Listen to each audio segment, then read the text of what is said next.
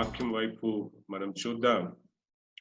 సామెతల గ్రంథము 22వ అధ్యాయం 4వ వచనం. 4వ వచనమును మనం చదువుకుని మన ధ్యానంలోనికి మనం ముందుకు సాగుదాం. సామెతలు 22వ అధ్యాయం 4వ వచనమును మనం చదివి ఈరోజు వాక్య భాగంలోనికి మనం ముందుకు సాగుదాం. యెహోవా యందు భయభక్తులు కలిగి ఉండుట వినయమునకు ప్రతిఫలం. హల్లెలూయా. వినయము యొక్క ప్రతిఫలం ఏంటి? వినయము కలిగిన వారు ఏం కలిగి ఉంటారంటండి? దేవుని అండలి భయము, భక్తి. హల్లెలూయా, హల్లెలూయా.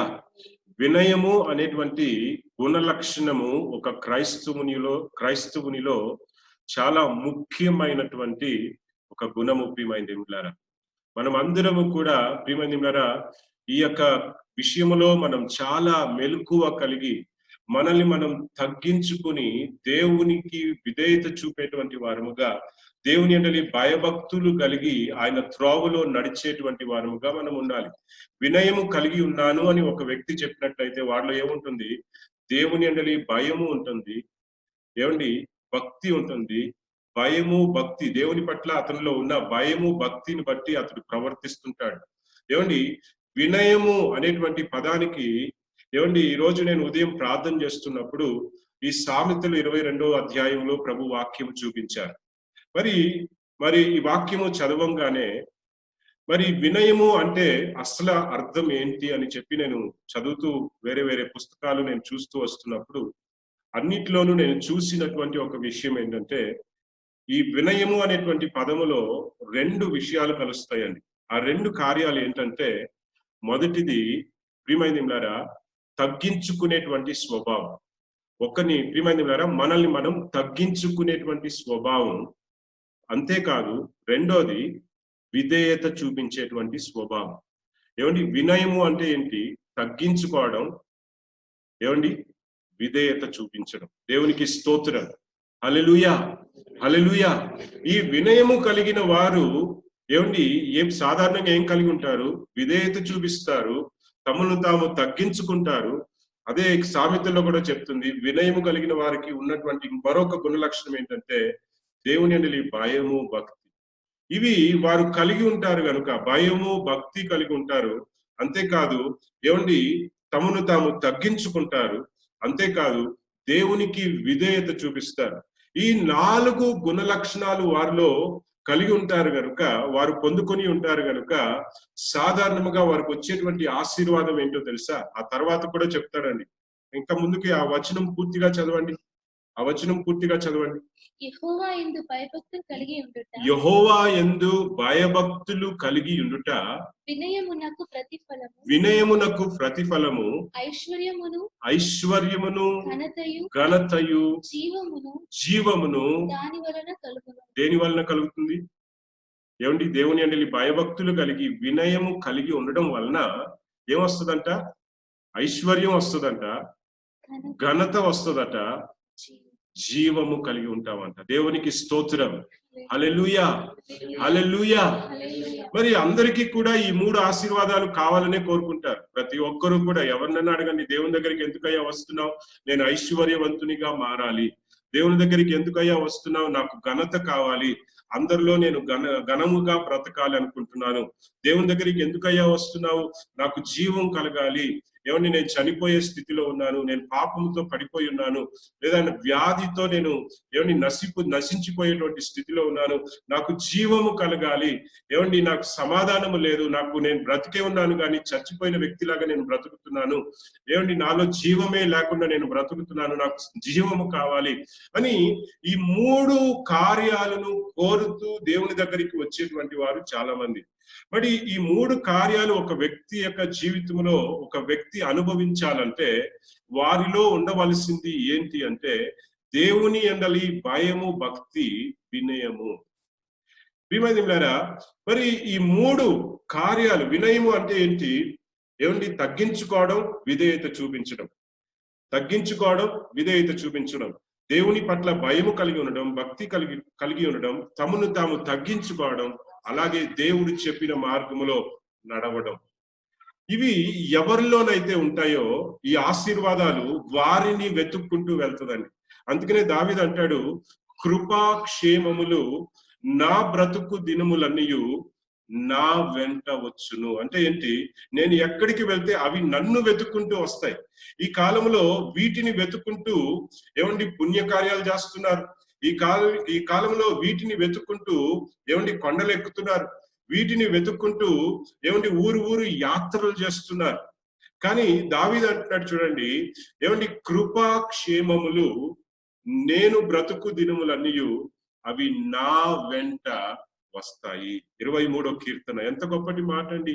మరి దావీదు జీవితమును దావీదు ధైర్యముగా ఆ మాట చెప్పగలుగుతున్నాడంటే కారణం ఏంటి?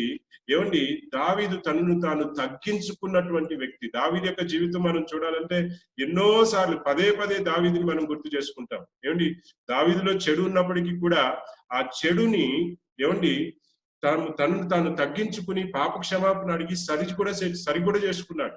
అంతేకాదు ప్రియమైన తన చిన్న వయసు నుండి కూడా తనను తాను తగ్గించుకుని దేవుణ్ణి ఆశ్రయించిన వ్యక్తి. చిన్న వయసు నుండి కూడా ఎవరు కూడా అతన్ని గుర్తించలేదండి. ఎవరన్నా మనల్ని గుర్తించలేదనుకోండి, ఏదైనా ఫంక్షన్ కి మనల్ని పిలిచారు, మనం ఆ ఫంక్షన్ కి వెళ్ళినప్పుడు ప్రియమైన పిలిచిన వారు మనల్ని గుర్తించలేదనుకోండి, లేదా ఏమండి మనకి ఇవ్వాల్సినటువంటి గౌరవం మర్యాదలు మనకి చూపించలేదనుకోండి, మనల్ని ఆ ఫంక్షన్ కి వెళ్ళినప్పుడు మనల్ని దగ్గరికి వచ్చి రండి అని చెప్పి మనల్ని పిలవకుండా, మనల్ని ఆహ్వానించకుండా, ఏమండి మనల్ని పలకరించకుండా, ఆ గౌరవంగా ఏమని గౌరవం చూపించకుండా ప్రవర్తించారనుకోండి, మనకి ఎలా అనిపిస్తుంది?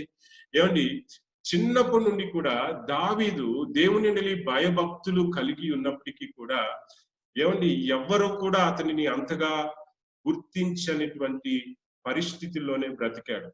చివరికి వారి సొంత తల్లిదండ్రులు కూడా ఒక ప్రవక్త ఇంటికి వస్తే, ఇంతకు ముందు కూడా ఈ కథని మనం విన్నాం కదండి. ఒక ప్రవక్త ఇంటికి వస్తే పెద్ద ఫంక్షన్ జరుగుతుంది. దేవుడు ఆ ప్రవక్తని పంపించడానికి కారణం ఏంటి? దావీదు కోసమే దేవుడు ప్రవక్తని పంపించాడు. దావీదు కోసమే అక్కడ ఫంక్షన్ జరుగుతుంది. కానీ దావీదు కోసమే జరుగుతున్న ఫంక్షన్ కి దావీదే ఆహ్వానించబడలేదండి. ఏమండి ఇంట్లో ముందు పుట్టినటువంటి 7 కొడుకులు ఉన్నారు, తల్లిదండ్రులు ఉన్నారు, ప్రవక్త ఉన్నారు, ఏమండి బలి అర్పించారు, ఫంక్షన్ చేసుకుంటున్నారు, మంచి వంటలు చేస్తున్నారు, అన్ని కూడా జరుగుతాయి. కానీ దావీదుని మాత్రం ఆ ఫంక్షన్ కి పిలవలేదు. ఎప్పటి వరకు పిలవలేదు? ఏమండి ఈ ప్రవక్త అడిగే వరకు కూడా దావీదు వారి సొంత తండ్రికి కూడా గుర్తుకు రాలేదు ప్రియమైన. కానీ మనుషులు గుర్తించకపోయినా, హల్లెలూయా, ఎవరు గుర్తించకపోయినా తగ్గించుకునేటువంటి స్వభావము, విధేయత కలిగినటువంటి స్వభావం, అనగా వినయము కలిగినటువంటి స్వభావం, దేవుని పట్ల వినయము కలిగినటువంటి స్వభావం ఎవరిలోనైతే కనిపిస్తుందో మనుషులు గుర్తించకపోయినా దేవుడు వారిని గుర్తిస్తాడు ప్రియమైన. దేవునికి స్తోత్రం. హల్లెలూయా, హల్లెలూయా. దేవుడు వారిని గుర్తించేటువంటి దేవుడు. మనుష్యులు తిరస్కరించిన దేవుడు వారిని గుర్తించేటువంటి దేవుడు. మరి దావీదు ఒకరోజు ఏమండి వారి నాన్నగారు పిలిచి, మీ అన్నలందరూ కూడా యుద్ధంలో ఉన్నారయ్యా, మరి వారి ఎలాగున్నారో వారి క్షేమయోగాలు కనుక్కుని, వారికి తినడానికి ఆహారం తీసుకువెళ్ళి ఇచ్చి వారి క్షేమయోగాలు కనుక్కుని రమ్మని చెప్పి ఏమండి దావీదుని పంపిస్తే అక్కడ గోలియాతు కనిపిస్తాడు. గోలియాతు దేవుని యొక్క ప్రజలను, ఇశ్రాయేల్ ప్రజల్ని అవమానిస్తూ, నానా రకాలుగా అవమానిస్తూ, బెదిరిస్తూ కనిపిస్తే మరి దావీదు ఏమండి వీడు ఎవడు అని అడిగితే ఆ సైన్యంలో ఉన్నవారు చెప్తారు, ఏమండి ఈయన గోలియాతు, ఈయన ఫిలిస్తీ సైన్యములో ఉన్నటువంటి వాడు, వీడు రోజు వచ్చి అవమానిస్తున్నారు, బెదిరిస్తున్నారంటే వీడి మీదకి నేను యుద్ధానికి వెళ్తానని దావీదు చెప్తే వారి అన్నలు విని ఏం చెప్తారు? గద్దిస్తారు. ఏమండి నీకు వేరే పని లేదా? ఇక్కడ నీకేం పని? ఏమండి ఇక్కడ నీకు సైన్యంలో నీకేం పని? నువ్వు పనికిరాని వాడివి. ఒక విధంగా అలాగే కదా, ఆ మాటలకి అర్థం అదే. ఏమండి ఇక్కడ నీకేం పని? ఈ సైన్యంలో వచ్చి ఏమండి ఇక్కడ మాతో మాట్లాడడానికి, మా వాళ్ళతో మాట్లాడడానికి నీకేం పని? వచ్చిన పని చూసుకుని నువ్వు వెళ్ళు, గొర్రెలు మేపుకో అన్నట్లుగా వారి అన్నలు ఏమండి గద్దిస్తారు. దావీదులో ఉన్న ప్రియమైనలారా బలమును గాని, దావీదులో ఉన్నటువంటి ప్రియమైనలారా ఆ ధైర్యమును గాని సొంత వారు లేదా ఇరుగు పొరుగు వారు లేదా చుట్టూ ఉన్న మనుషులు గుర్తించకపోయినా దేవుడు దావీదులో ఉన్న సామర్థ్యమును దేవుడు గుర్తించాడు. ఎందుకు అంటే ఏమండి, మనుషుల దృష్టిలో పనికి రాకపోయినప్పటికీ కూడా దేవుని యందలి భయభక్తులు కలిగి ఉన్నాడు గనుక దేవుడు తానే దావీదుని గుర్తించి పైకి తీశాడు. ఎంత మట్టుకు పైకి తీశాడంటే ఆ దేశానికే, ఏమండి, ఏ అన్నలైతే ఆయన్ని తిరస్కరించారో ఆ అన్నలకే రాజుగా ఉండడానికి దావీదుని హెచ్చించాడు. ప్రియమైన దేవులారా, దేవునికి స్తోత్రం. ఈ లోకంలో మనుషులు తమను తాము హెచ్చించుకునడానికి ఏమేమో చేస్తారు. మనుషులు దృష్టిలో గొప్పగా కనిపించడానికి మంచి మంచి బట్టలు వేసుకోవాలనుకుంటారు, ఏమండి బంగారం ఏమండి వేసుకోవాలి అనుకుంటారు. ఇవన్నీ కూడా ఏమండి రిచ్ గా కనిపిస్తే ప్రజలు మనల్ని గౌరవిస్తారు. ఏమండి మంచి బట్టలు లేకపోతే మనుషులు మనల్ని గౌరవించరని చెప్పి మనుషుల దృష్టిలో గొప్పగా కనిపించుకునడానికి ఏమండి ఏమేమో చేస్తారు, తమను తాము హెచ్చించుకుంటారు. యేసు ప్రభు కూడా ఒక కథ చెప్పారు, లూకా సువార్త అనుకుంటా 14వ అధ్యాయంలోనండి. ఏమండి, ఒక ఫంక్షన్ కి వెళ్ళినప్పుడట, ఏమండి మీరు ఫంక్షన్ కి వెళ్ళినప్పుడు ఏం చేయాలంటే చదవండి 14వ అధ్యాయం, లూకా సువార్త 14వ అధ్యాయం 7వ వచనము నుండి చదవండి. 7వ వచనము నుండి చదవండి. లూకా సువార్త 14వ అధ్యాయం 7వ వచనము నుండి చదువుదాం. పిలువబడిన వారు భోజన బంతిలో అగ్రపీఠములు అంటే మొదటిలో ఉన్న స్థానాలు ఏర్పరచుకొనుట చూచి ఆయన వారితో, ఏమండి ఒక ఫంక్షన్ జరుగుతుంది అక్కడ. ఆ ఫంక్షన్ లో చాలా మంది వస్తున్నారు. వచ్చిన వాళ్ళందరూ కూడా మొదట్లో ఉన్నటువంటి సీట్లోనే కూర్చోవాలనుకుంటున్నారు. ఏమండి అలాగే వెళ్ళి కూర్చుంటున్నారు. వాళ్ళని చూసి ప్రభు ఒక ఉదాహరణ చెప్పాడు, ఒక ఉపమానం చెప్పాడంట. అగ్రపీఠములు ఏర్పరచుకొనుట చూచి ఆయన వారితో ఈ ఉపమానము చెప్పాను. ప్రభు వారితో ఈ ఉపమానము చెప్పాను. నిన్ను ఎవరైనా పెండ్లి విందుకు పిలిచినప్పుడు అగ్రపీఠము మీద కూర్చుండవద్దు. అగ్రపీఠములో కూర్చుండవద్దు. ఒకవేళ నీకంటే గనుడు అతని చేత పిలువబడగా నిన్నును పిలిచిన వాడు వచ్చి ఇతనికి చోటిమ్మని చెప్పి నీతో చెప్తాడు. అప్పుడు నీవు సిగ్గుపడి కడపటి చోటున కూర్చుండ సాగుదువు. హల్లెలూయా. ఇప్పుడు నిన్ను నీవు హెచ్చించుకొనడానికి నీవు చేసేటువంటి ప్రయత్నాల వల్ల నీకు ఘనత కలగదు అంటున్నాడు దేవుడు. ఏమండి, if we exalt ourselves we will not receive honour. Honour comes from somebody else. We can not receive honour by exalting ourselves. మనల్ని మనం హెచ్చించుకోవడం వలన మనకి ఘనత కలగదు. ప్రియమైన దేవులారా, యేసు ప్రభు అదే నేర్పిస్తున్నాడు ఇక్కడ. ఏమండి, నిన్ను నీవు తగ్గించుకుని నువ్వు వెనకాల కూర్చున్నావు అనుకోండి, ఆ విందుకి పిలిచిన వ్యక్తి ఏం చేస్తాడు, వచ్చి నువ్వు వెనకాల ఎందుకయ్యా కూర్చున్నావు, దయచేసి ముందుకు రమ్మని చెప్పి ముందు కూర్చోబెడతాడు అనమాట. అప్పుడు నీకు ఇంకా ఏమండి నలుగురు చూసేసరికి అరేరే ఏమండి వీరిని వెనకాల కూర్చున్న వ్యక్తిని ముందుకు తీసుకొచ్చి ముందు కూర్చోమని చెప్తే ఇంకేదో పెద్ద ఘనత ఉన్న వ్యక్తేమో, పెద్ద గౌరవం ఉన్న వ్యక్తేమో అని చెప్పి చూసే వాళ్ళు గొప్పగా అనుకుంటారు. అలాగే ఎవరు పిలవకుండానే నువ్వు ముందుకెళ్ళి కూర్చుని, ఏమండి మీకన్నా గొప్ప వాళ్ళు వచ్చినప్పుడు, ఏమండి ఆ విందుని ఏర్పాటు చేసిన వాళ్ళు వచ్చి, అమ్మా నీకన్నా గొప్ప వాళ్ళు వచ్చారు, కొంచెం నువ్వు పక్కకు తప్పుకో, నువ్వు వెనకాల కూర్చో అని చెప్పారు అనుకోండి, చూసే వాళ్ళ దృష్టిలో మనకి ఎలా ఉంటుంది?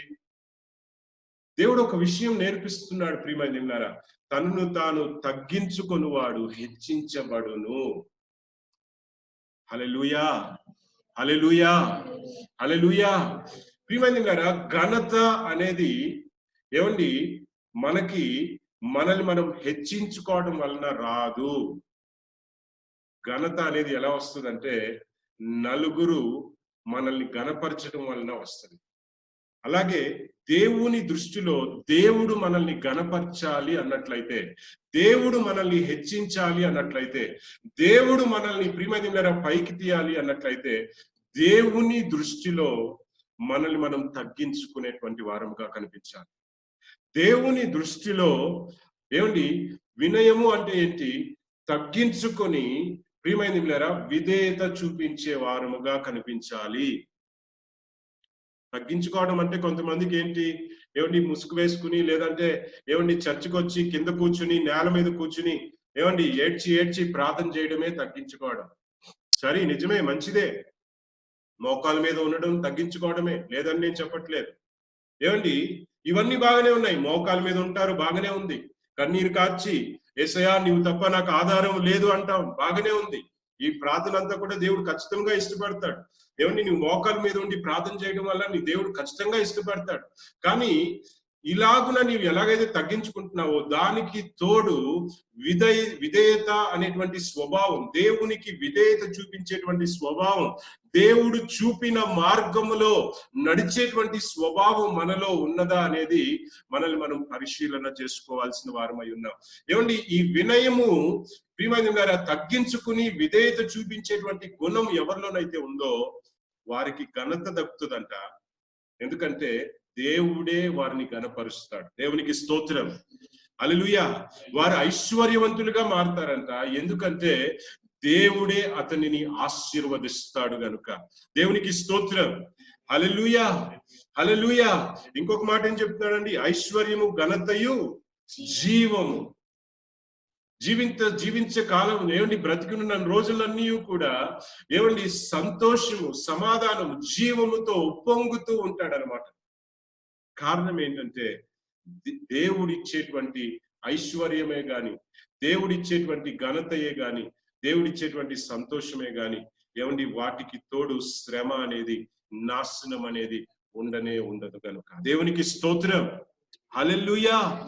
నష్టం అనేది ఉండనే ఉండదు కనుక దేవుని ప్రజలు మనల్ని మనం తగ్గించుకోవడం మనం నేర్చుకున్నప్పుడు, తగ్గించుకుని విధేయత చూపించడం మనం నేర్చుకున్నప్పుడు దేవుడు మనల్ని హెచ్చించేటువంటి దేవుడై ఉన్నాడు. దేవునికి స్తోత్రం. మరి 2 పేతురు పత్రిక ఏమంటాడండి?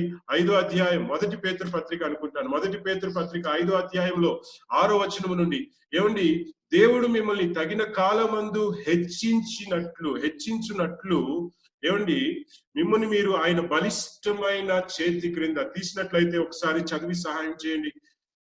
దేవుడు తగిన సమయం 1 పేతురు పత్రిక 5వ అధ్యాయం 6వ వచనం. దేవుడు తగిన సమయమందు మిమ్ములను హెచ్చించునట్లు ఆయన బలిష్టమైన చేతి క్రింద దీన మనస్కులై యుండుడి. దేవునికి స్తోత్రం, హల్లెలూయా, హల్లెలూయా, హల్లెలూయా. ఏమండి పరిస్థితులు ఎలాగున్నా కూడా దేవుని చేతిలోనికి మనల్ని మనం సమర్పణ చేసుకుని ఏమండి పరిపూర్ణముగా సమర్పణ చేసుకుని ఏమండి దేవుడు చెప్పిన ప్రకారముగా, కొంతమంది ఏమండి ఉదాహరణ నేను చెప్తాను, దేవుని దగ్గరికి వచ్చి యేసయ్యా నువ్వంటే నాకు చాలా నమ్మకం, చాలా నమ్మకం, చాలా నమ్మకం అని చెప్పి కన్నీరు కార్చి ప్రార్థన చేసి మోకాలుండి ఏమండి కింద కూర్చుని ప్రార్థన చేసి అన్ని చేసుకుని బయటికి వెళ్ళిన తర్వాత తమ ఇష్టానుసారంగా దేవుని మాటలకి తన జీవితానికి వ్యత్యాసం సంబంధమే లేదనుకోండి, అలాంటి వారు దేవుని దృష్టిలో ఎలా కనిపిస్తారంటారు? నిన్న పౌలు ప్రధాన యాజకుడిని ఒక తిట్టాడండి. వాక్యం అపోస్తుల కార్యంలో మనం చూసాం. వైట్ వాష్డ్ వాల్ అని, అంటే సున్నము కొట్టిన గోడ అన్నాడు. చూడటానికి ఎలా కనిపిస్తుంది? చాలా తెల్లగా. ఈ యాజకుడు, ప్రధాన యాజకుడు చూడటానికి ప్రజలందరి దృష్టిలో అమ్మో ప్రధాన యాజకుడు, ఆయన కట్టుకున్న వస్త్రాలు గాని, ఆయన వేసుకున్నటువంటి ఆ వేషం గాని అవన్నీ పైకి చూస్తుంటే ఆయన ఎంతో పరిశుద్ధుడిలాగా ఏమండి ఆయన చూడంగానే ఏమండి ఒక దేవదూతలాగా కనిపిస్తారు. కానీ ఆయన పలికిన పౌలు ఆ మాట అనడానికి కారణం ఏంటి? పౌలు పక్కనున్న వారికి ఆ ప్రధాన యాజకుడు చెప్తాడు, వాడి మూతి మీద కొట్టండి రా అంటాడు. యాజకుడు చెప్పే మాటేనా అది? అందుకని పౌలు అంటాడు, నువ్వు సున్నం వేసిన గోడ వంటి వాడివి నువ్వు అంటావు. మరి ప్రియమైనలారా, మరి ఈ పైన మనం చేసేటువంటి క్రియలన్నీ చూస్తుంటే ఎంతో మనకన్నా తగ్గించుకునే వాళ్ళే ఇంకా ఎవరు ఉండరు అన్నట్టుగా ఉంటాం. కానీ ప్రియమైనలారా, దేవుడు మన మన మన మన యొక్క మోకాలు ఉండడము గాని, మన యొక్క ఏడ్చి ప్రార్థన చేయడము గాని, లేకపోతే యేసయ్యా మన నోటితో చెప్పేటువంటి తగ్గించుకునే మాటలు గాని, ఇవన్నీ ఓకే. దేవుడు సంతోషపడతాడు, లేదని కాదు. వాటికి తోడు తగిన క్రియలు ఏమండి మీలో ఉన్నాయా లేదా అనేది కూడా దేవుడు చూస్తాడండి. తగిన క్రియలు మనలో ఉన్నాయా లేవా అని కూడా దేవుడు చూస్తాడు. ఇప్పుడు నీవే దేవుడు, నీవు తప్ప మాకు దేవుడు లేడు అని మనం ఇక్కడ చెప్తాం ఏమండి. కానీ బయట వెళ్ళి మనం ఆరాధించే దేవునికి మనకి సంబంధం లేకుండా మనం ప్రవర్తించే వారం అయితే ప్రియమైన దేవులారా, మనల్ని దేవుడు ఎలా హెచ్చిస్తాడండి. యాకోబు అంటాడు, మోసపోకుడి, దేవుడు వెక్కిరించబడడు. దేవుడు ఏమండి మన వేషాన్ని చూసి మోసపోయేటువంటి వాడు కానే కాడు ప్రియమైన దేవులారా. ఆయన మన వేషాన్ని, మన పై వేషాన్ని చూసి మోసపోయేటువంటి వాడే కానే కాదు.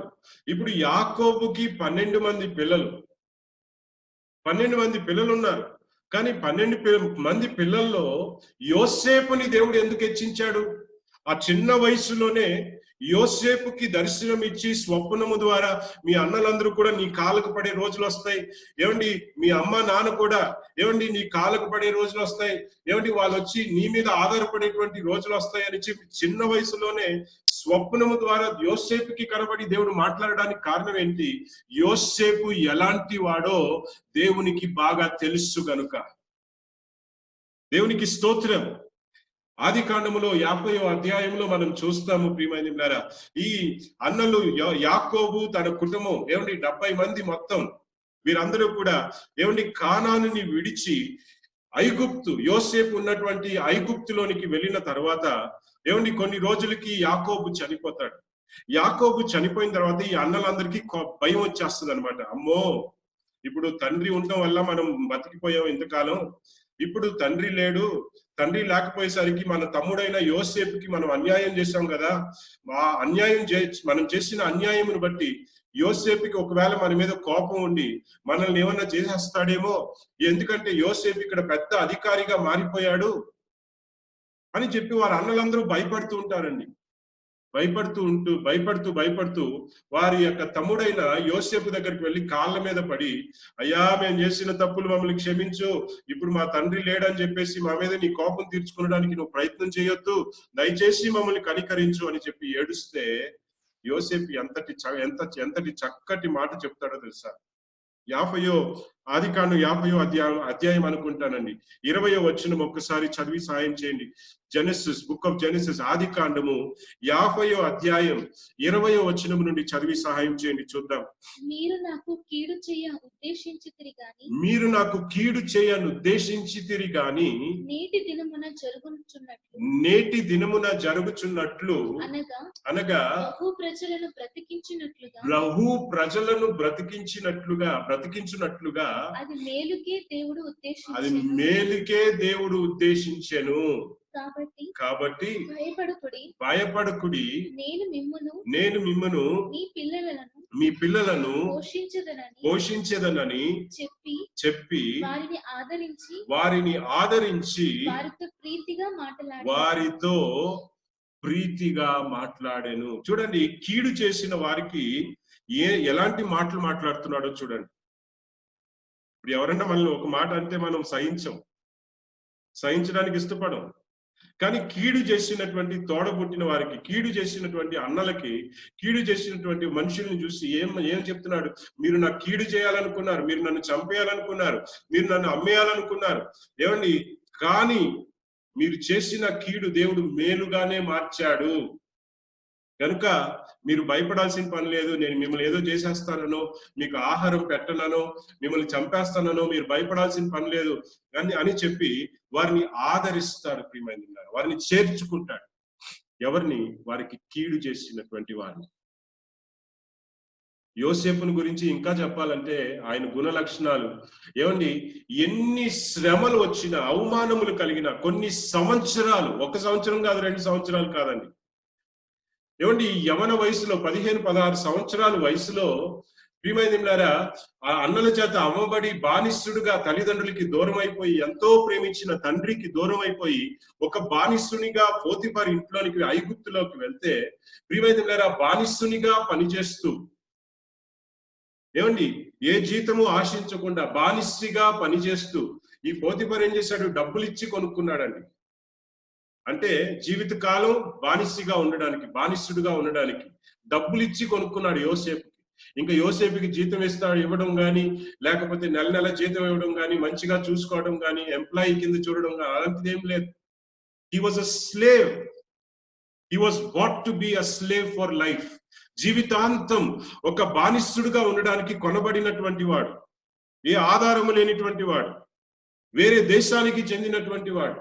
అలాంటి ఒక స్థితిలో యోసేపు ఉన్నప్పుడు ప్రియమైనలారా, దేవుని యందలి భయభక్తులు కలిగి ఉన్నాడు గాని దేవుణ్ణి దూషించినట్లుగా, ఏంటి ప్రభువా, నేను చిన్నగా ఉన్నప్పుడు నువ్వు దర్శనం చూపించావు, అన్నలందరూ నా కాలుకు పడతారని చెప్పి, నువ్వు కలేమో నువ్వు చూపించిందేమో అన్నలందరూ నా కాలుకు పడతారని చూపించావు.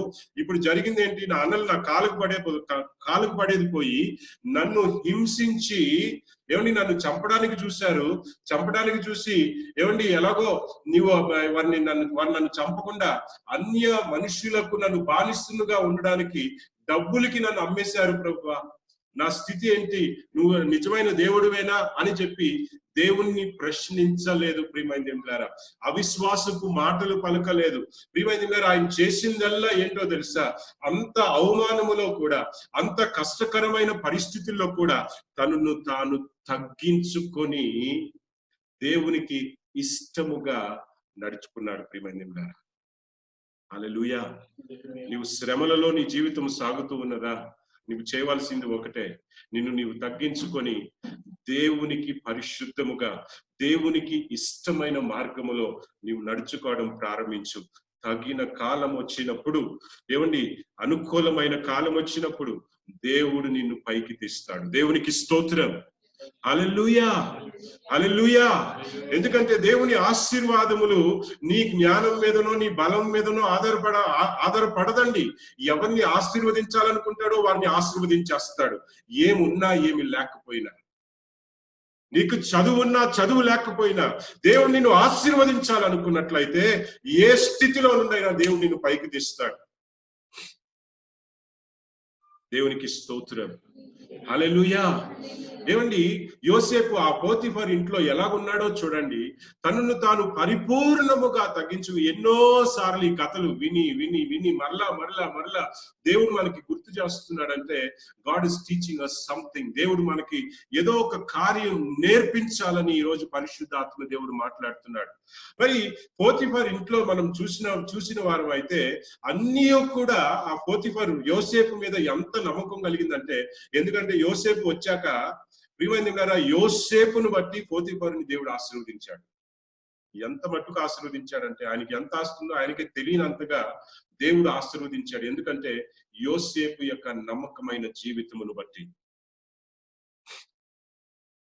వాడు కూడా ఏం చేశాడు? అరే, యోసేపు వచ్చాకే మనం ఇంత గొప్పలం అయిపోయాము, ఐశ్వర్యం పెరిగిపోయింది కనుక యోసేపు చాలా నమ్మకమైన వాడు అని చెప్పి యోసేపుకి అన్ని అప్పచెప్పేశాడు. అన్ని మొత్తం ఆయన ఆస్తులు అంతస్తులు. ఏమండి, యోసేపుకి ఆయన ఆస్తుల గురించి తెలిసినంత పోతిఫర్ యజమాని అయిన పోతిఫర్కే తెలియదు. అంతగా మొత్తం ఆయన చేతిలో అప్పచెప్పేశాడు. కానీ యోసేపు ప్రియమైనదిలారా తన కోసం ఏది కూడా చేసుకోలేదు. ప్రియమైనదిలారా, అలాంటి స్థితిలో ఎవరినైనా మనం విడిచిపెట్టామనుకోండి, మన ఆస్తులు ఎవరి చేతికన్నా నమ్మి అలాగా విడిచిపెట్టడానికి ఉన్నారా ఈ రోజుల్లో? ఒకవేళ విడిచిపెట్టారనుకోండి, ఏమవుతుందా అని టెన్షన్. ఏమండి, ఏమవుతుందా అని ఎవరిని నమ్మలేనిటువంటి స్థితి. కానీ యోసేపు తన యజమాని ఇతనిని నమ్మేసరికి ఆ నమ్మకానికి తగినట్లుగా దేవుని యందలి భయము భక్తి కలిగి తన కోసం తను ఏమి చేసుకోలేదండి. అప్పు చెప్పిన వాటిని నమ్మకముగా కాపాడుకుంటూ వచ్చాడు. దేవుని యందలి భయము భక్తి కలిగి ఎవరిని తన యజమానిని మోసం చేయకుండా, యజమానికి ఎంత సొత్తుందో యజమానికి తెలియకుండా అన్ని నీ చేతికి అప్పచెప్తే మనం ఏం చేస్తామండి? ఈ లోకంలో ఈ కాలంలో మనుషులకి అప్పచెప్పారనుకోండి, ఏం చేస్తారు? 2 రూపాయలు లెక్క చూపిస్తే 3 రూపాయలు లెక్క చూపించరు. ఆ 3 రూపాయలు ఎక్కడికి వెళ్తుంది?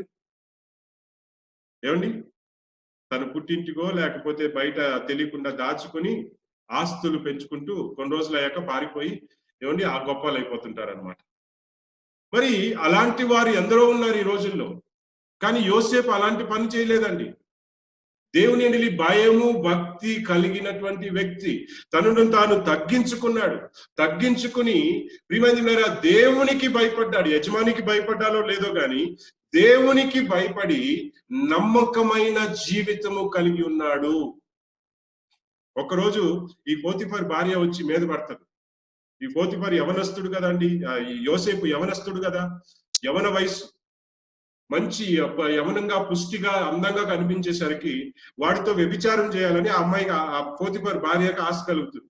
ఏమండి వీడి మీదకి వచ్చి పడేసరికి వీడు అంటాడు, ఏమండి నా దేవునికి విరోధముగా నేను ఎలా పాపం చేయగలుగుతాను, నా దేవునికి విరోధముగా నేను ఎలా చేస్తాను, నా యజమానికి నేను ద్రోహం చేయలేను, నా దేవునికి విరోధముగా నేను పాపము చేయలేను. పరిశుద్ధముగా దేవునికి నమ్మకముగా దేవుడు చెప్పిన మార్గములో నడుచుకున్నాడు కనుకనే శిక్ష అనుభవించాడండి. ఆ భార్య ఏం చేస్తుంది, పోతిఫర్ యజమాని వచ్చిన వెంటనే వీడు నన్ను పాడు చేయడానికి ప్రయత్నం చేశాడని చెప్పి తప్పుడు సాక్ష్యం చెప్పించి ఏమండి వీనికి శిక్ష వేపిస్తాడు. ఆ యజమాని కూడా వీడు ఎంత నమ్మకమైన వాడో చూడాలి కదండి, తెలుసుకోవాలి కదా. భార్య చెప్పేసరికి ఏం చేశాడు, ఈ నమ్మకమైన వాడిని తీసుకెళ్లి జైల్లో పడేస్తాడు. చూడండి, పొరుగు వాని భార్యనైనను భర్తనైనను ఏమండి ఆశించకూడదు అని వాక్యంలో దేవుడు స్పష్టంగా చెప్పాడు. యోసేపు ఏం చేస్తున్నాడు, ఒకవేళ ఆ పాపం చేస్తుంటే యోసేపు బాగానే ఉండేవాడు, జైలుకి వెళ్లాల్సిన పరిస్థితి యోసేపుకు ఉండేది కాదు.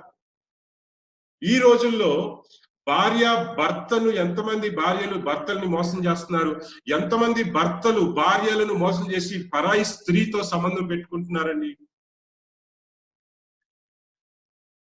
ఏమండి, క్రైస్తవులు, దేవుని అన్యుని గురించి నేను చెప్పటం లేదు, సంఘములో ఈనాటి సంఘాలలో దేవుని నమ్ముకున్న బిడ్డలలో పరిశుద్ధాత్మ దేవుడు ఈ మాటను నా చేత ఎందుకు మాట్లాడిస్తున్నాడో నాకైతే తెలీదు. కానీ ప్రియమైనలారా, ఎంతమంది ప్రియమైనలారా వివాహ బంధమునకు విలువ లేకుండా అపవిత్రమైన జీవితము, దేవునికి విరోధముగా నడుచుకుంటూ, ఏమండి వాక్యానికి విరోధముగా నడుచుకుంటూ, కట్టుకున్న భార్యకి మోసం చేస్తూ, కట్టుకున్న భర్తకు మోసం చేస్తూ ప్రవర్తిస్తున్నారు.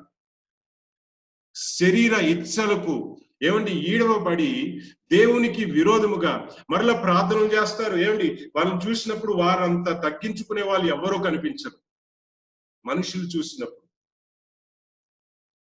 అలాంటి యొక్క ఏమండి అలాగా ఒక వ్యభిచారం విషయమే కాదు, ఇంకా మిగతా డబ్బుల విషయంలో కానీ ధనాశ సమస్త కీడునకు మూల కారణము, యాకోబు పత్రిక. అలాగనే ఏమండి నేత్రాశ, శరీరాశ, జీవపు డంబములు, గొప్పలు. మరి ప్రియమైనరా, తగ్గించుకోవడం అంటే ఏంటి, వినయము అంటే ఏంటి?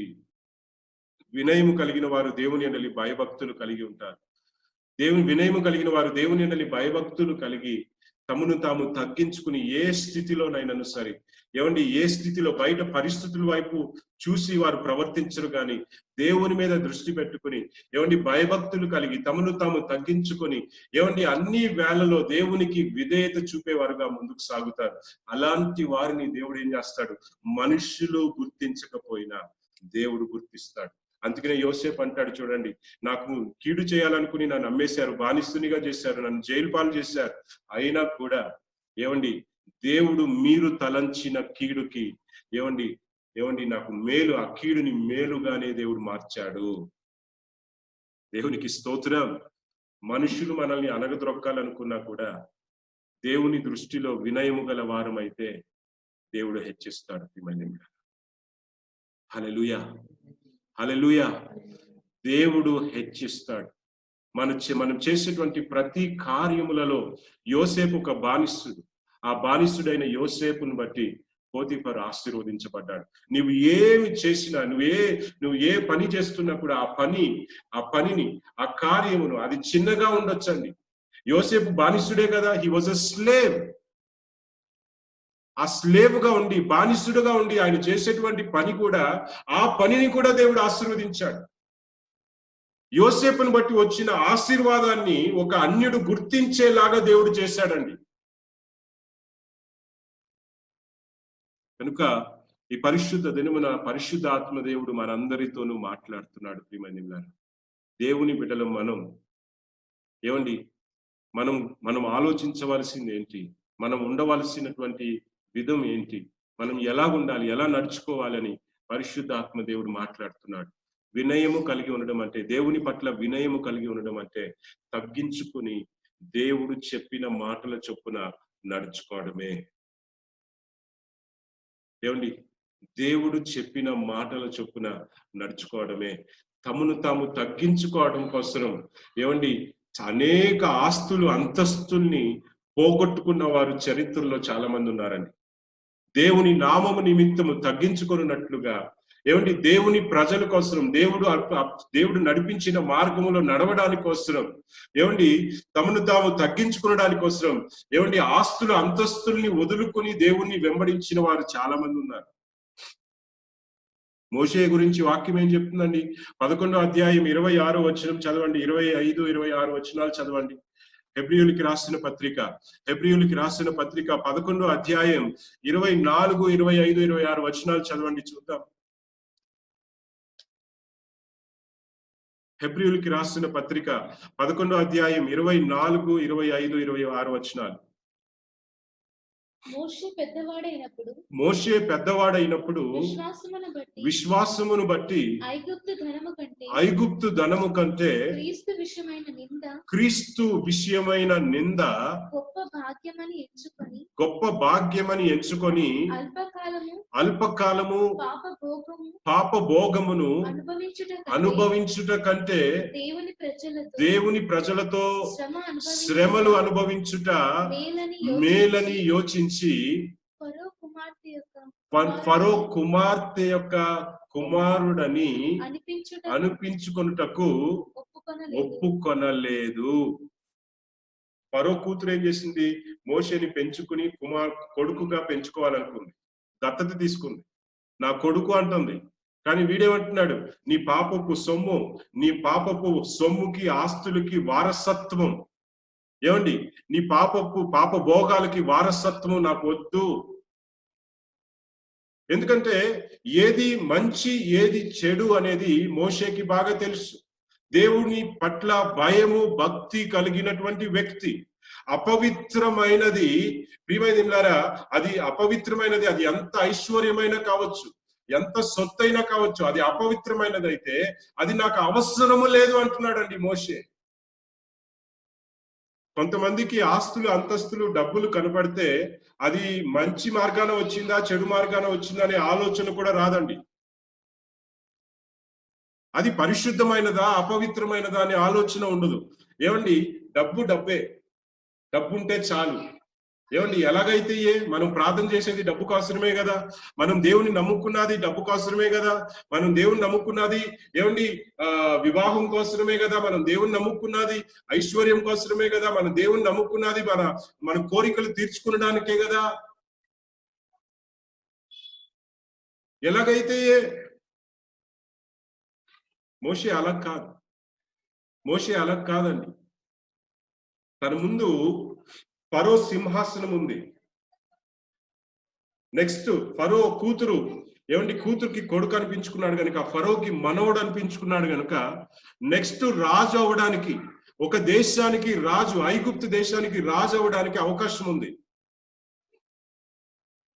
కానీ ఆయన ఏమంటున్నాడు? నాకు అవసరం లేదు, ఈ పాపపు సొమ్ము నాకు అవసరం లేదు. ఈరోజు మోషేని ఒకటి దేవుణ్ణి వెంబడించు నిమిత్తం ఇవన్నీ పోగొట్టుకునడానికైనా వెనకాడని మోషేని దేవుడు ఎంత మట్టుకు హెచ్చించాడో మనందరికీ తెలుసు. 4000 సంవత్సరాలు దాటిన ఈరోజు మోషేని గురించి మనం మాట్లాడుకుంటున్నామండి. ఈలోపు 100 సంవత్సరాలు వెనుక వచ్చిన నాయకుల్ని మనం మర్చిపోతాం. కానీ 4000 సంవత్సరాల క్రితం ఏమండి బ్రతికిన మోషేని గురించి ఈ రోజు కూడా మనం మాట్లాడుకుంటున్నామంటే, ప్రియమైనలారా, దేవుడు అతన్ని ఆ విధముగా హెచ్చించాడు.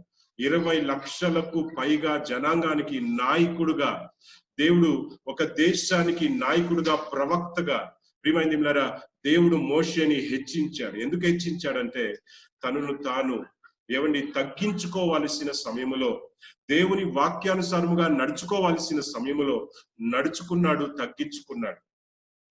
దేవునికి పరిపూర్ణమైన సమర్పణ జీవితము కలిగి ఉన్నాడు.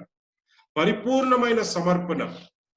ఏమండి పరిపూర్ణమైన సమర్పణ జీవితము కలిగి దేవుణ్ణి వెంబడించాడు గనుక కాలము వచ్చినప్పుడు, పేతురు పత్రికలో దేవుడు చెప్పినట్లుగానే తగిన కాలమందు, ఏమండి తగిన కాలం వచ్చినప్పుడు మోషే ఏమండి ఏ ఫరోకైతే వారసుడుగా ఏమండి ఉండేవాడో ఆ ఫరోనే ఆ సామ్రాజ్యాన్ని కూల్చేసి ఇశ్రాయేల్ ప్రజల్ని విడిపించి ఆ ప్రజలకి నాయకుడుగా, ఏమండి ప్రవక్తగా ముందుకి నడిపించాడు. దేవునికి స్తోత్రం, దేవునికి స్తోత్రం. ఈ హోదా ఎవరిచ్చారు ప్రియమైన? ఈ హోదా ఎవరిచ్చారు? యోసేపు ఐగుప్తులో ప్రైమ్ మినిస్టర్ గా మారాడంటే, ఏమండి దేశాన్ని ఏలేటువంటి ఒక నాయకుడుగా దేవుడు హెచ్చించాడంటే, బానిసుడుగా వెళ్ళిన యోసేపు ఆ దేశానికి, ఏ దేశంలోనికైతే బానిసుడుగా వెళ్ళాడో ఆ దేశానికి నాయకుడుగా ప్రియమైన యోసేపు మారాడంటే ఎవరు హెచ్చించారండి? హెచ్చించబడడానికి కారణం ఏంటి ప్రియమైన? ఇంతకు ముందు నేను చెప్పాను, యోసేకి ముందు పుట్టిన వారు చాలా మంది ఉన్నారు. యూదా ఉన్నాడు, ఏమండి సిమియోను, రూబను, అన్నలు చాలా మంది ఉన్నారు, 11 మంది ఉన్నారు. కానీ వారికి ఇవ్వని ప్రియమైన ఘనత యోసేపుకి ఇవ్వడానికి కారణం ఏంటి? ఏమండి వినయము కలిగిన వ్యక్తి. దేవునికి స్తోత్రం. దేవుని యందలి భయభక్తులు కలిగినటువంటి వ్యక్తి. దేవుని యందలి భయము భక్తి కలిగి ఉన్నాడు గనుక పరిశుద్ధతలో నడుచుకున్నటువంటి వ్యక్తి. ఏమండి దేవుని వాక్యానుసారమైన జీవితము కలిగినటువంటి వ్యక్తి యోసేపు. ఈ పరిశుద్ధ దినమున మనల్ని మనం విమర్శన చేసుకుంటూ మనం ప్రియమైన దేవుని వైపు మనం చూద్దాం. మన ప్రవర్తనలు ఏ విధముగా ఉన్నాయి? ఏమండి కష్టాలు వచ్చినప్పుడు మనం ఎలా రెస్పాండ్ అవుతున్నాం? శ్రమల కాలంలో ఇప్పుడు అందరికీ చాలా మట్టుకు శ్రమల కాలమే. ఆర్థికంగా, ఆరోగ్యపరంగా, అన్ని విధాలుగా చాలా మంది ఏమండి విశ్వాసులు, దేవుని నమ్ముకున్న వారు, దెబ్బతిన్న వారు చాలా మంది ఉన్నారు. కానీ యోసేపు కూడా దెబ్బతిన్నాడు. మోషే కూడా ఏమండి ఫరో ఇచ్చేటువంటి సొమ్ము వద్దనుకున్నాడు కనుకనే అరణ్యంలో 40 సంవత్సరాలు బ్రతకాల్సి వచ్చింది గొర్రెల కాపరిగా. ఎలాగండి? ఏమండి రాజరికం వద్దనుకున్నాడు. రాజరికం వద్దనుకునేసరికి ఏమొచ్చిందండి ఆయనకి? వెంటనే రాజు అయ్యాడా? వేరే దేశానికి రాజు అయ్యాడా? లేదు. గొర్రెల్ని మేపేటువంటి వ్యక్తిగా మారాడు. ఎందుకంటే పాప భోగపు సొమ్ము వద్దన్నాడు కనుక గొర్రెల్ని మేచే కాపరిగా, ఏమండి ఎంత మట్టుకు ఏమండి తన జీవితం పరిశుద్ధముగా కాపాడుకునడానికి, ఏమండి దేవునికి ఇష్టముగా నడుచుకునడానికి, దేవునికి విరోధమైన పాపపు భోగములు వద్దనడానికి ఏ విధముగా తను తగ్గించుకున్నాడో, ఉన్నత స్థితి నుండి ఏమండి గొర్రెల కాపరి స్థితికి దిగజారిపోయాడో మనం ఆలోచించవలసిన వారమై ఉన్నాం. 1 సంవత్సరం కాదు, 2 సంవత్సరాలు కాదు, 40 సంవత్సరాలు ఏమండి గొర్రెలను మేపేటువంటి కాపరిగానే పనిచేశాడు. నిన్న పౌలు జీవితం చూశాం. పౌలు ఏం చేశాడండి? ఆయన ఒక స్కాలర్ అండి. ఫిలిప్పీయులకు రాసిన పత్రికలో చెప్తుంటాడు, 2వ అధ్యాయంలో అనుకుంటా 10వ వచనం తర్వాత అంత చదివితే ఏం చెప్తాడండి? ఏమండి శరీరానుసారముగా అతిశయపడాల్సిన పని ఉంటే నేను గొప్పవాడినే. అపోస్తులు అందరికంటే, పేతురు, ఏమండి యోహాను, యాకోబు, ఈ అపోస్తులు అందరికంటే, యేసు ప్రభుతో కలిసి భోంచేసి తిరిగిన వారందరికంటే నేనే గొప్పవాడిని. వారికి చదువు సంజా లేదు, వాళ్ళు చేపలు పట్టిన వాళ్ళు. నేనైతే ఐఎమ్ స్కాలర్. నేను బాగా చదువుకున్న వాడిని, నేను ఫరిసయ్యుడిని, సంఘాన్ని హింసించిన వాడిని, నేను అధికారము కలిగినటువంటి వాడిని. కానీ అన్ని హోదాలు ఉన్న పౌలు దేవుణ్ణి వెంబడించున్నట్లుగా ఏ మట్టుకు దిగి వచ్చాడో తెలుసండి? తగ్గించుకున్నాడో తెలుసా? ఏమండి గుడారాలు కుట్టుకునే పని చేశాడు. He came down to a very least job of ఏమండి మేకింగ్ టెంట్స్. గుడారాలు కుట్టుకునేటువంటి పనికి తనను తాను, ఎందుకంటే ఏమండి సత్య దేవుణ్ణి అనుసరించున్నట్లుగా, దేవుణ్ణి వెంబడించున్నట్లుగా మనం ప్రియమైనలారా తగ్గించుకోవడం అంటే ఏంటి? తగ్గించుకోవడం అంటే ఏంటి? మోషే జీవితంలో మనం ఏం నేర్చుకుంటున్నాం? ఏమండి పౌలు జీవితంలో మనం ఏం నేర్చుకుంటున్నాం? ఏమండి మన తగ్గించుకోవడం అంటే ప్రాధాన్యత దేవునికి, దేవుని పరిశుద్ధతకు, దేవుని వాక్యానికి ఇవ్వడమే తగ్గించుకోవడం. హల్లెలూయా! హల్లెలూయా! హల్లెలూయా! ఆల్ దీస్ 3 పీపుల్, ఈ ముగ్గురికి కూడా ఏమండి లోకానుసారముగా దేవునితో పని లేకుండా గొప్పలవడానికి అవకాశం కలిగింది. కలిగిందా లేదా? కలిగింది. పోతీఫర్ ఇంట్లో దేవుని పట్ల భయము లేకుండా పోతీఫర్ భార్యతో వ్యభిచారం చేస్తుంటే కావాల్సినంత డబ్బు ఈయనకి దొరికేది. ఏమండి అన్యాయంగా ఎంతైనా సంపాదించుకోవచ్చు. మోషే ఏమండి దేవుని మార్గమును పక్కన పెట్టి ఈ మార్గం కోసం ఎవరు కష్టపడతారు, వీళ్ళ చూడు దేవుని ప్రజలు అనుకుంటున్నారు, వీళ్ళందరూ బానిసులు, నేను ఐఎమ్ ద లక్కీ పర్సన్. ఏమండి పుట్టిన మగపిల్లలందరూ చనిపోతుంటే నేను ఫరోకి మగపిల్లల్ని చంపిన ఫరోకి నేను వారసుడిని అవుతున్నాను, ఐఎమ్ ద లక్కీ పర్సన్ అని చెప్పుకుని నేను అదృష్టవంతుడిని అని చెప్పుకుని ఫరోకి వారసుడు అయిపోవచ్చండి. అవునంటారా కాదంటారా? ఫరోకి వారసుడు అయిపోవచ్చు. మోషే, పౌలు ఏమండి దేవుని వెంబడించు నిమిత్తం ముందుగానే దేవుడు చెప్పాడు. ఎప్పుడు? పౌలు రక్షణ పొందినప్పుడే. ఎవరికైనా సరే ముందుగానే చెప్పేశారనుకోండి, నా నామం నిమిత్తం నువ్వు ఎంత శ్రమలు పడాలో నేను నీకు చెప్తాను, నువ్వు రా అని చెప్పి ముందుగానే నువ్వు రక్షణ పొందిన మొదటి రోజే దేవుడు ఆ మాట చెప్పాడు అనుకోండి, ఎంతమంది దేవుని వెంబడిస్తారు చెప్పండి? How many of you will follow God? Paul దమస్కు సంఘాన్ని హింసించడానికి దమస్కు మార్గంలో వెళ్తుంటే ఏమండి యేసయ్య దర్శనం ఇస్తాడు, గుడ్డోడైపోతే ఏమండి దేవుడు చెప్తాడు, నువ్వు హింసించుచున్న యేసుని నేను అని చెప్పి యేసు ప్రభు మాట్లాడంగానే యేసు ప్రభు మీద నమ్మకం కలుగుతుంది. యేసయ్యని నమ్ముకున్న వెంటనే యేసయ్య ఏమంటాడంటే, నువ్వు వెళ్ళి దమస్కులో ఉండనైనా, అక్కడ అననీయ అనేటువంటి ప్రవక్త వచ్చి నువ్వేం చేయాలో చెప్తాడు. అననీయ దేవుడు ఈయన వెళ్ళి దమస్కులో ఒక ఇంట్లో గుడ్డోడి కింద ఉపవాసం ఉండి ప్రార్థన చేస్తుంటే ఏమంటే అననీయకి దేవుడు కనిపించి దేవుడు మాట్లాడతాడు. ఈ సౌలు అనేటువంటి ఆ వ్యక్తి గుడ్డోడిలాగా చూపు పోగొట్టుకుని అక్కడ నీకోసం వెయిట్ చేస్తున్నాడు, వెళ్ళి ఆయన ప్రేయర్ చేయంటే అననీయ అంటాడు, అమ్మో వాడు సంఘాన్ని మమ్మల్ని చంపడానికి, మమ్మల్ని జైల్లో వేయడానికి వచ్చిన వ్యక్తి ప్రభువా. అప్పుడు దేవుడు అంటాడు, నా నామము నిమిత్తము నేను ఎన్నుకున్నాను, నా నామము నిమిత్తం అతడు ఎంత శ్రమ పడాలో నేను అతనికి నేను చూపిస్తాను. కనుక నేను ఎన్నుకున్న పాత్ర, నా కోసం శ్రమ పడడానికి ఎన్నుకున్న పాత్ర అని చెప్పి దేవుడు చెప్తాడండి. ఏమండి దేవుని దగ్గరికి వచ్చిన వారిని మొదటి రోజే, దేవుని నమ్ముకున్న మొదటి రోజులోనే నీవు నా కోసం శ్రమను పాలవ్వాలి, శ్రమలు అనుభవిస్తావని చెప్పి దేవుడు చెప్పాడు అనుకోండి, ఎంతమంది ఉంటారు సంఘంలో ఈ రోజు? How many of you will be in the church today? ఎంతమంది ఉంటారు సంఘంలో? పౌలు యొక్క హోదా ఏంటి? ఏ మట్టుకు తాను తగ్గించుకున్నాడు. కానీ తగ్గించుకున్న పౌలుని చరిత్రలో మిగిలిపోయేలాగా, దేవునికి స్తోత్రం, చరిత్రలో మిగిలిపోయేలాగా God turned him into a man who made history for the kingdom of God. దేవుని రాజ్యము కొరకు ఏమంటే చరిత్రను సృష్టించిన వ్యక్తిగా దేవుడు అతని జీవితాన్ని, అతని తగ్గించుకున్న స్వభావమును, తగ్గించుకున్న జీవితమును ప్రియమైనలారా మార్చేశాడు. ప్రియమైనలారా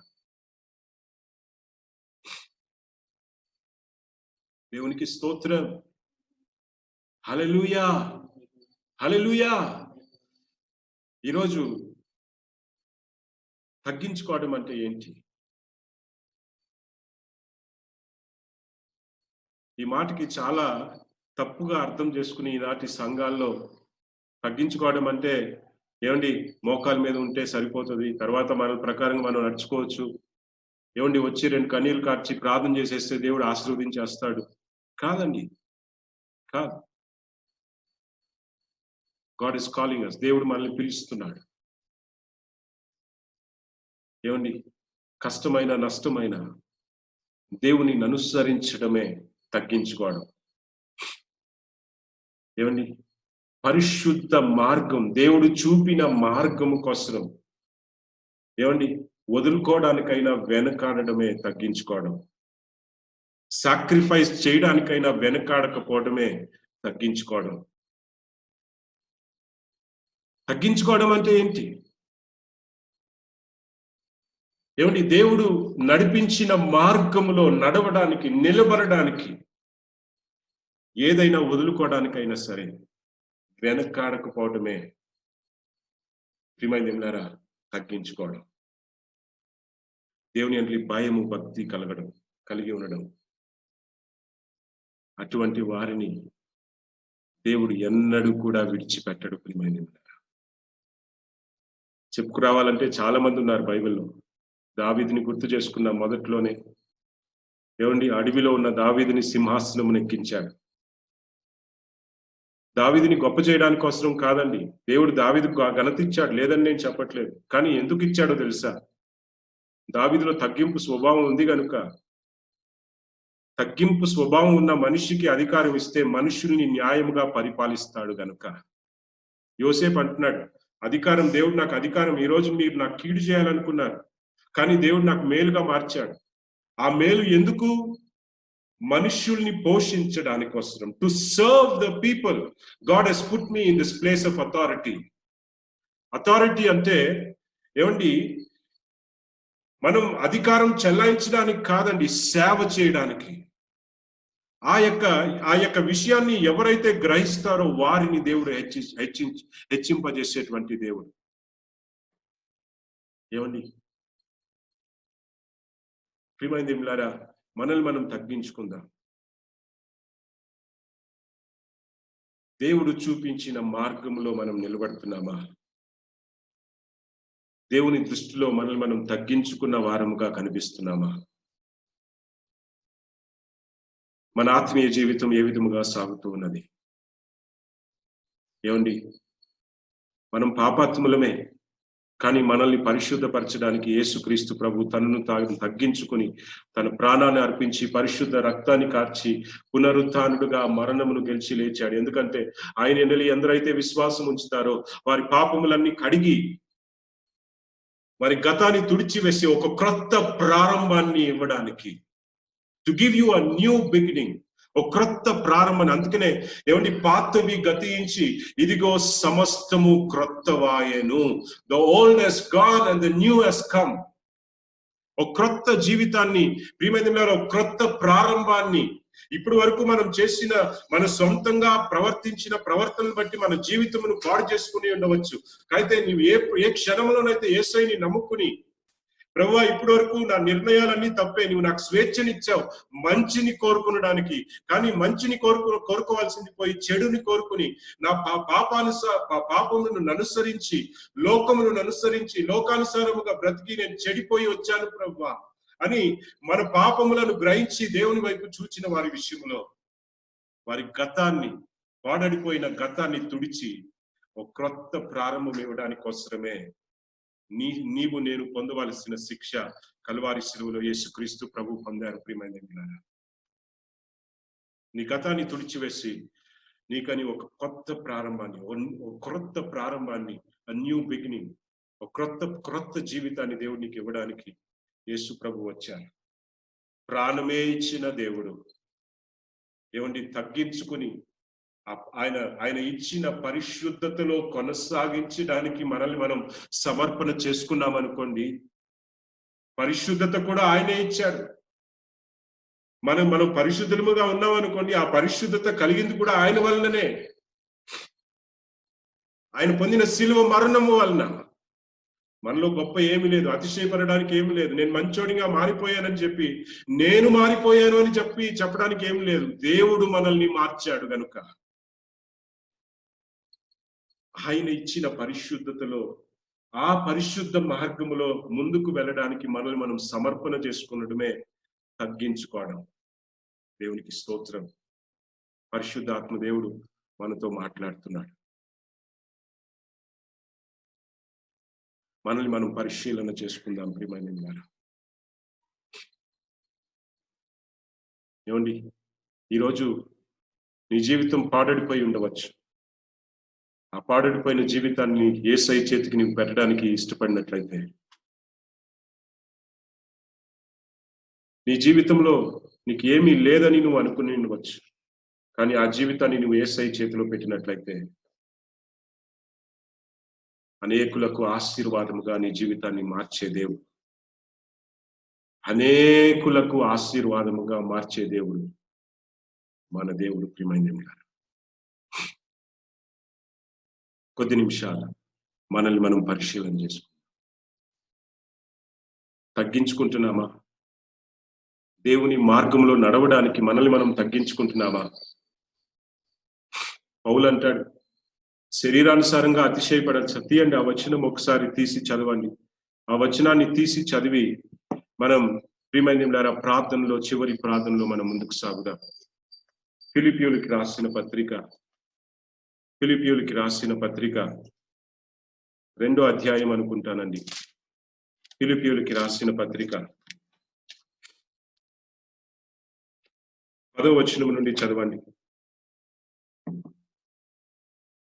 అందుచేతను పరలోకమందున్న వారిలో గాని, భూమి మీద ఉన్న వారిలో గాని, భూమి క్రింద ఉన్న వారిలో గాని ప్రతివాని మోకాలును యేసు నామమున వంగునట్లును, ప్రతివాని నాలుకయు తండ్రి అయిన దేవుని మహిమార్థమై. 3వ అధ్యాయం, క్షమించండి, ఫిలిప్పీయులకి రాసిన పత్రిక 3వ అధ్యాయం 4వ వచనం నుండి చదువుకుందాం. 4వ వచనం నుండి చదువుకుందాం. ఫిలిప్పీయులకి రాసిన పత్రిక 3వ అధ్యాయం 4వ వచనం నుండి చదువుకుందాం.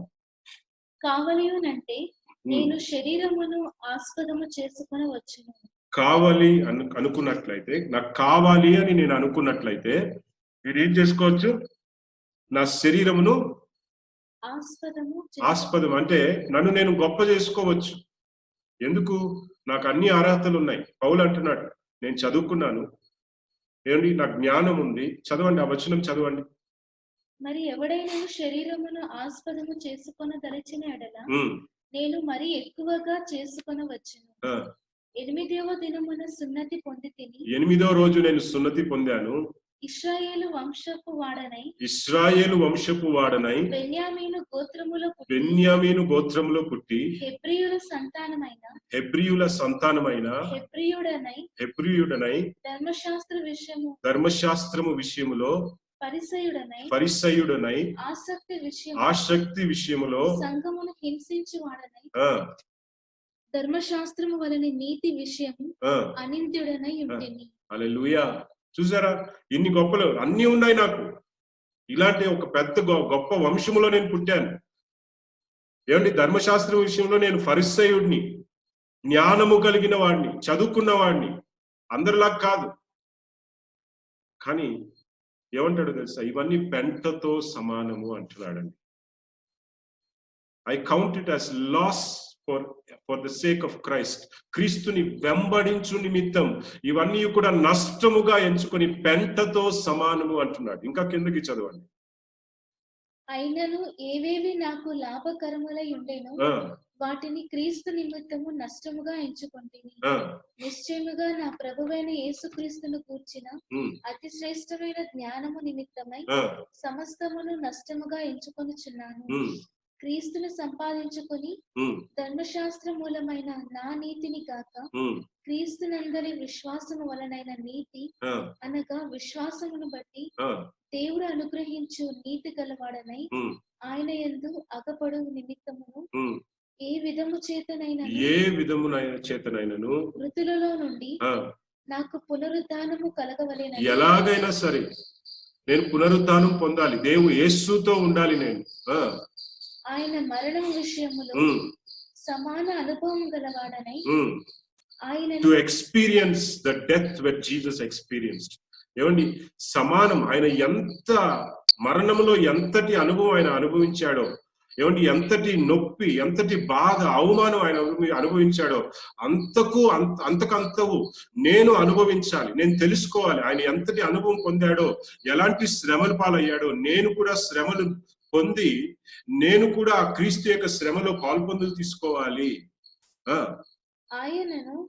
ఆయన పునరుత్థాన బలమును ఎరుగును నిమిత్తము, దేవుని తెలుసుకొను నిమిత్తము, ఆయన శ్రమలలో పాలివాడు అగుటకు ఎట్టిదో ఎరుగు నిమిత్తము సమస్తమును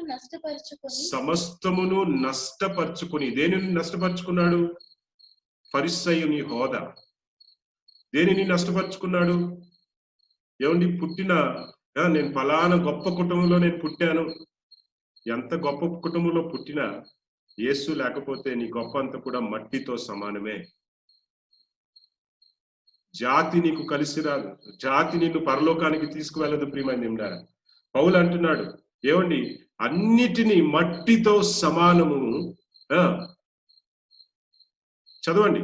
సమస్తమును నష్టపరుచుకొని వాటిని నేను మట్టి అని చెప్పాను, పౌలు పెంట అంటున్నాడు. ఏమండి, దేవునికి స్తోత్రం. హల్లెలూయా. నీవు దేనికోసం ప్రయాసపడుతున్నావు? For what are yous? ఏమండి, నీ ప్రయాసలన్నీ దేనికోసం? ప్రియమైన దేవుని మార్గం కోసం నిన్ను నీవు తగ్గించుకోగలుగుతున్నావా ఈరోజు? To what extent are you being humble to follow Jesus in his ways? దేవుని వెంబడించు నిమిత్తం నిన్ను ఏ మట్టుకు నీవు తగ్గించుకుంటున్నావు అనేది మనల్ని మనం, ఏమండి, మనల్ని మనం పరిశీలన చేసుకుంటూ ఈరోజు పరిశుద్ధాత్మ దేవుడు మాట్లాడినటువంటి మాటలను బట్టి దేవుని వైపు మనం తిరుగుదాం. ప్రభు మనలను ఆశీర్వదించి తన కృపలో ప్రేమలో పెంపొందన చేయను గాక.